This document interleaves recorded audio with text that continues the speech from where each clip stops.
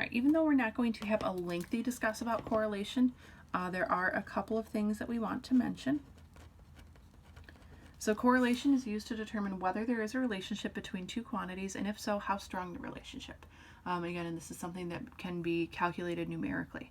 The relationship must be linear. So when we're thinking about correlation, our relationship must be linear.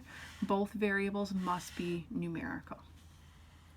So what we see here, according to data obtained from the Statistical Abstract of the United States, the correlation between the percentage of the female population with a bachelor's degree and the parentage of births to unmarried mothers since 1990 is 0.940, which is actually a very large number.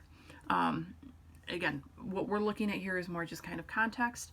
Does that mean that a higher percentage of females with bachelor degrees causes a higher percent of births to unmarried mothers? One thing that's discussed a lot in statistics is causation. And causation is whether one thing causes another thing to happen. And it's really important to make the distinction between correlation and causation. So correlation can exist. We can see something that looks like a nice straight line in our scatter plot, but correlation is not causation.